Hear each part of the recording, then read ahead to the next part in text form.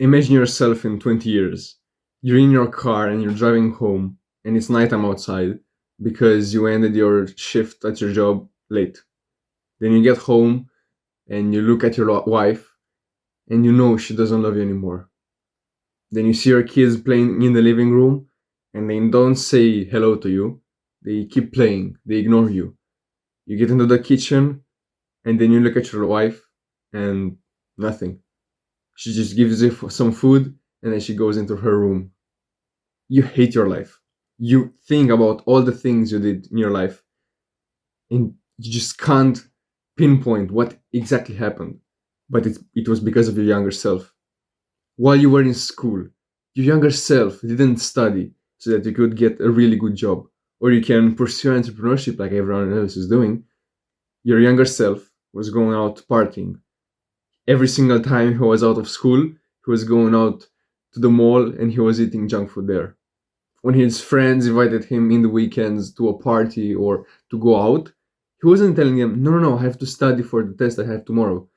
He was telling them, yeah, let's go. Who cares, bro? It's just a test, bro. Who cares? And you would go out with them and you would waste your life. And it wasn't like your friends were so awesome and they really cared about you. No, they were insulting you. They were demoralizing you. You weren't the cool kid in the group. You were just a nobody. And they just wanted a punch bag so that they could feel better about themselves. You were the punch bag. And you're in the kitchen and you're thinking about all the things and you wish you could turn back time to do things slightly differently. You maybe know about self improvement. Maybe you learned about it while you were really young, but you just didn't care. You didn't care. And you suffer now. Your younger self prioritized him instead of the future self. Where you are right now, maybe you're in a good place or a bad place. You are there because your younger self either sacrificed himself so that you could be in a good position, or he prioritized himself so that you could be in a bad position. And people don't really understand this. People think, oh, live in the moment and enjoy yourself, bro. What if you get hit by a bus tomorrow, bro? People don't understand that self improvement could and will change their lives. They don't understand that they need to prioritize their future self. Do you feel happy with where you are in life right now? I bet you're not. I bet you want more. More money could do better, bro. You could get a bit more money. You could have a beautiful girlfriend next to you, right? You could have if your younger self was sacrificing himself for you. So literally, the secret to being on self-improvement is to just prioritize your future self. Don't eat the sweets today because your future self will be hurt by that, will go a bit down. His physique will go a bit down. But go to the gym today because you won't make much muscle today, but your future self will get the muscles. Don't spend time on social media today because after you're done with the social media, in the future, your future self will feel worse. Read the book, meditate, journal, do these things so your future self will feel better about you, will feel better about himself. And you might think it's a waste of time, but it isn't. Are you really happy with who you are right now? Wouldn't you want to be happy in the future? What would you rather be? Happy right now and sad in the future? Or sad right now or happy in the future? This is literally self improvement. Sacrificing yourself right now for being happy in the future, for your future self being happy. And most people think it's a waste of time. But are you happy with who you are right now? If you're not happy, if you would like a bit more money, or a bit more knowledge, or a bit more girls, it's because your younger self didn't sacrifice enough for you. Your younger self was prioritizing himself over you. So from now on, if you really want self improvement to work for you, just think, is what I'm doing gonna help me right now or me in the future? And start doing more of the activities that help your future self instead of your current self. Because the right now moment already passed. As I was done saying those words, as you were done listening to them, that moment already passed. Now we're in a new right now moment. And it's already gone. Do you see what's happening? So you can't really feel good right now. It will pass. That's why in the future, you are running into the future. If you give pleasure to your future self will have the pleasure and you will run into it. If you feel pressure right now, it's already gone. And I understand how difficult it is to be on self improvement when you're at school. You're surrounded by so many people that want to drag you down. You're surrounded by people that tell you, oh, let's go out and eat junk food. Oh, don't go to the gym, bro. You have already been 5 times this week. You can take a week off. Don't worry, bro. Come watch a movie with me. There are so many people like this. When you're in class, you can literally look at them. Next time you're in class and there's a boring lecture, look around the class and see how many people are with their head down, with bad posture, mouth breathing, looking at their phone. Hundreds. Almost all of the people that are in the class will be doing that because they don't care. They are prioritizing their current self over their future self. And their future will be like the intro I told you. In 20 years, they will have a shit job that they will hate, and they will get home to their wife that hates them, to their kids that are ignorant, and they will just hate their life and not know what happened. But you will be another man. You will be changed because you know what happened and you know how to not make this happen. So the first thing you need to do is you need to pay attention to the crabs. The crabs are people that literally drag you down because there are two types of people that aren't on self-improvement. The people that are passive, that, yeah, they're not on self-improvement, but they don't care if you are on self-improvement or not. They're just doing their own thing. They're living their own life. They don't care about you, which is fine. Those people are fine. You can still talk to them and not let them influence you. But there's another type of person, the crab. The crab is not passive. He's active, but he's active in the bad sense. He wants to drag you down. So when he sees you trying to quit video games, he doesn't care, bro. He wants you to fail. He invites you to play video games even though he knows that you don't want to anymore. He invites you to go out and eat junk food even though he knows that you're on a diet. These people are trying to drag you down. They don't want to see you make progress. They want to see you fail. These people, the crabs, are the people you need to eliminate from your life. And there are going to be a lot of crabs in your school, bro. I think the split is around 50-50. Half of the people that aren't on self-improvement don't really care about you. They're doing their own thing. They don't want to change. But the other half wants you to fail, wants you to see you down. So pick your friends carefully. You can still interact with these people, of course, but don't let them get into your head. Don't let them get under your skin. Because if they do, they will have control over you and you will not be able to make any progress. So if you want to be successful in self-improvement, you need to cut down almost all of your friends because 90% of people that are your friends are not on self-improvement. Because if they were, they would be telling you about self-improvement and you'd already know about it. But you need videos like this to know. So there's a low chance you have friends that are on self-improvement. So you need to cut them out, almost all of them. Yeah, while you're at school, you might still talk to them. You might still say hi. You might still say hello. But don't be really friends with them. Be colleagues, not friends. Treat them like colleagues. So they will not have that influence over you. And I'm not saying to be antisocial. Yeah, I told you to cut down almost all of your friends, but not all. You can still have one or two classmates that you're really close with that don't drag you down. Maybe if they're doing the good habits, that's awesome. You need these friends that just are either neutral or are really positive for you. And the other guys, as I said, just occasionally talk with them. But if you want to feel social, just talk with two people, bro. It's enough to talk with two people and you will feel fulfilled. Two people, and that's it. Now you need to regulate your dopamine levels. You cut down your friends, but you need your dopamine levels to be in check. You need them to be normal. Because if you have really low dopamine levels, if you get stimulated really easily by social media and you're on social media nonstop, you will not be able to do the hard work. Because it's not really that easy to be in self-improvement if you have really fucked attention span and dopamine levels. You won't be able to meditate for 3 minutes if you can't focus for 1 minute to your friends while they're talking.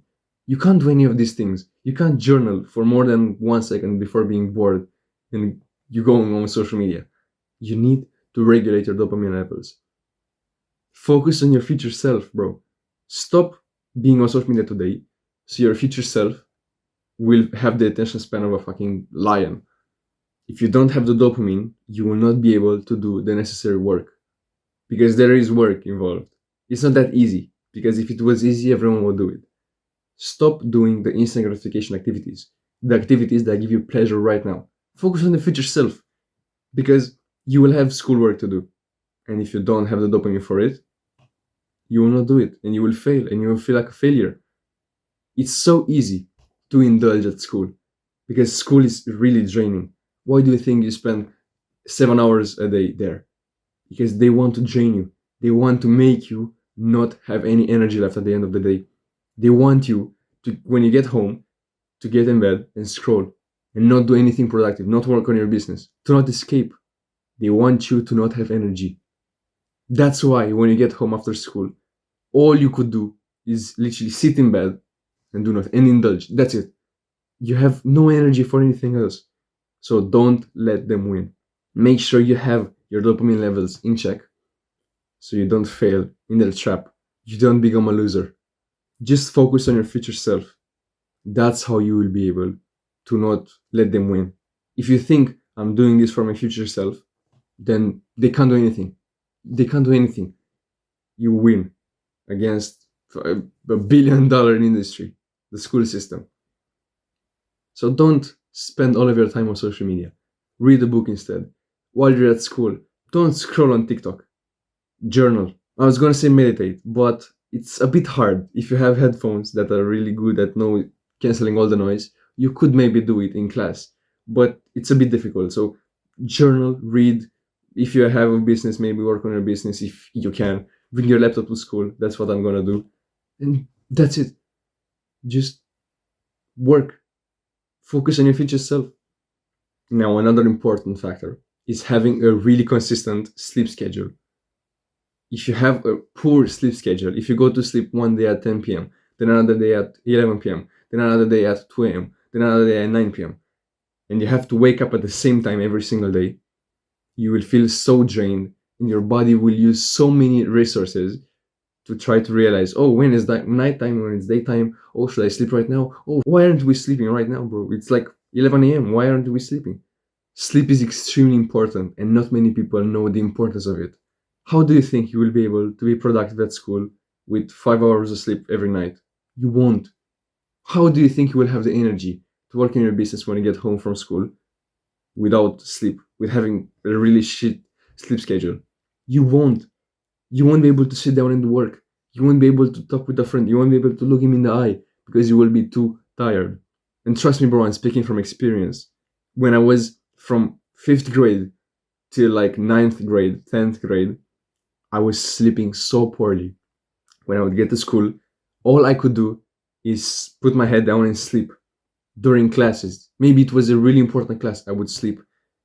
I would have friends at school and I couldn't talk to them. I couldn't hold eye contact with them because I was so sleep deprived. My eyes were literally closing while talking to them. I couldn't form a normal thought because I didn't have the energy for it. And I was just like a zombie, a jelly, just like this. Or either like this or sleeping. I couldn't do anything. And I had big goals. I wanted to be the best in the class. My mom was putting so much pressure on me to be the best kid in the class. And I wanted that. Of course I wanted that. Who doesn't want to be the best kid in the class? But I couldn't. I just could not do it. When you're sleep deprived, you have no energy to be productive and to focus on the future self. All you can do is literally move your thumb and scroll. That's it. So sleep is more important than you think. Sleep is literally the thing that builds your muscle. Maybe you didn't know this, but muscle is not built in the gym. It's not built in the kitchen. Muscle is built while you're sleeping. People that sleep for like 3-4 hours, they don't make that much gains. But the people that sleep 8, 9, 10 hours a night, they get the most gains because muscles need the rest to recover, to get bigger. And they rest the best when you're sleeping. You get more testosterone when you're sleeping. It's literally, you get more benefits from sleeping good than negatives from sleeping bad. So if you focus on your sleep and you prioritize your sleep, you will have more focus, more attention to be able to do the work that's required to be on self improvement and do school at the same time, because these two things do not kiss. It's so hard to do both of them, especially at the same time. So if you want to be successful, you need to focus on your sleep schedule to get the best sleep and the sleep you need.